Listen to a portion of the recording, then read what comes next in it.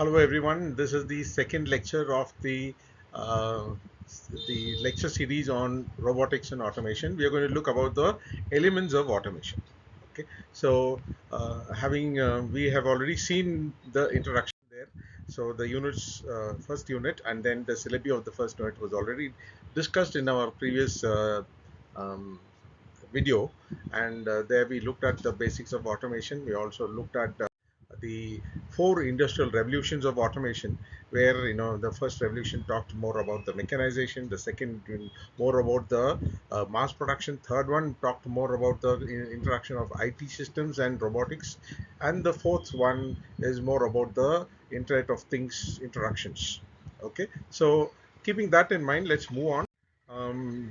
This is a sample video that or the still that has been shown on a real-time car manufacturing company where the robots are attending to the car uh, welding, etc. There, right?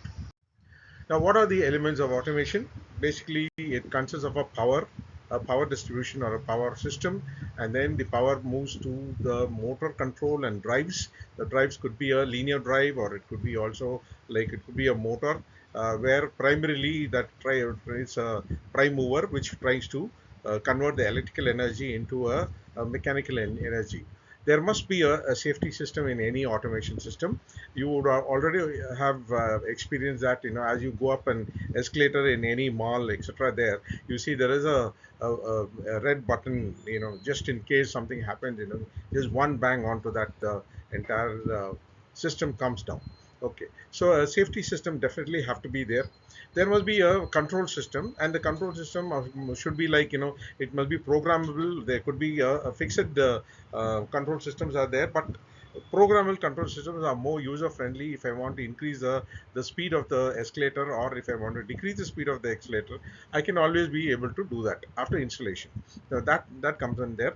Then we have the discrete and analog input output systems.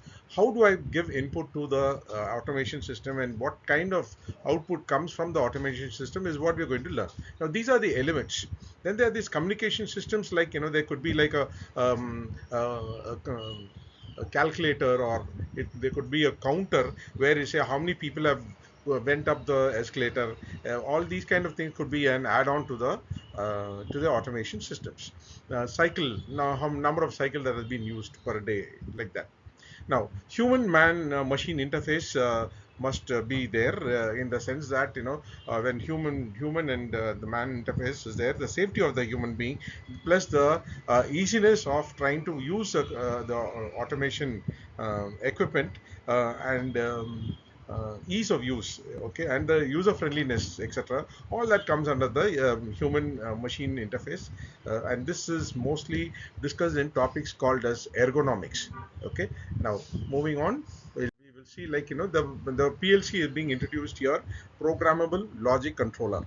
Okay, it is a small industrial computer. It is used to control different electronic and electro and mechanical processes for the use of manufacturing plants. You can have a PLC, you can program a PLC, and like, you don't have to have a full-fledged computer, but then these are very, very small micro computers, and then for specific purposes. Okay, so this is the thing. There is an input device, there is an output device.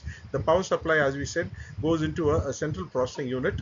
Okay, and the memory and the communication interface talks to how it communicates with the external device, and those things. Now this is in a nutshell is a programmable logic controller. Okay, now we see all different kinds of this Raspberry Pi circuits, etc., being used by students for their projects. A very something very similar, but this is more a more a primitive one. The TCP/IP, introducing you to this transmission control protocol, or TCP, is a standard that defines how to establish and maintain a network conversation by which the applications can exchange data.